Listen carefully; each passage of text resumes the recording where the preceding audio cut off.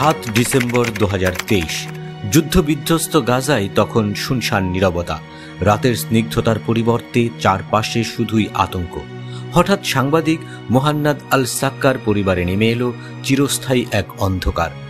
আচমকা গর্জে উঠল ইসরায়েলি যুদ্ধবিমান। মুহূর্তেই ধ্বংসস্তূপে পরিণত হল খান ইউনিসের আল সিকা সড়কের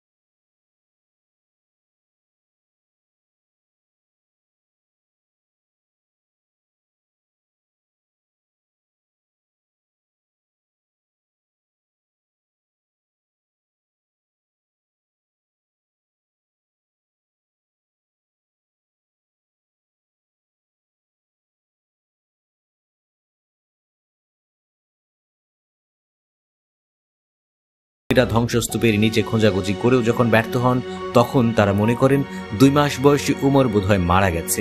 তারা সাংবাদিক আল সাক্কার পরিবারকে এই দুঃসংবাদ দেন। কিন্তু ধ্বংসস্তূপে নীরবতা ফেরার পর ঘটে এক বিস্ময়। এক প্রতিবেশী দূর থেকে শিশুর কান্নার শব্দ শুনতে পান। পরে দেখা যায় বিস্ফোরণে 2 বছর বয়সী উমর উড়ে গিয়ে একটি জলপাই গাছের ডালে ঝুলে আছে। প্রায় 4 ঘন্টা ধরে সেখানেই ঝুলেছিল সে। এরপরই দ্রুত প্রতিবেশীরা অ্যাম্বুলেন্স ও সাংবাদিক আল সাক্কারের পরিবারকে খবর দেন। তখন তাদের চোখে মুখে ছিল একসঙ্গে শোক আর আশার মিলিত অভিব্যক্তি। পরিবারের সবাই মারা গেলেও 2 মাস বয়সী উমর অলৌকিকভাবে বেঁচে যাওয়ায়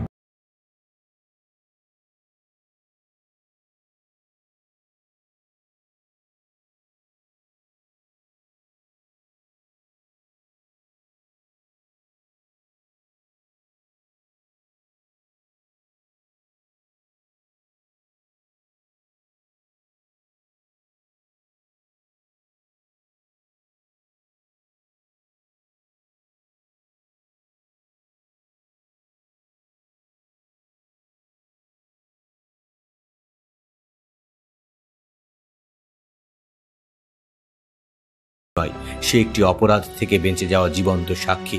ধ্বংসস্তূপের নিচে তার প্রথম কান্না থেকে শুরু করে আজকের তার নিঃশব্দ বেঁচে থাকা, সবই গাজার এক অমলিন ইতিহাস হয়ে আছে। শিশুটি তখনও 2 মাস বয়স পূর্ণ করেনি, অথচ পুরো পরিবারকে হারিয়ে ফেলেছিল চিরদিনের জন্যে।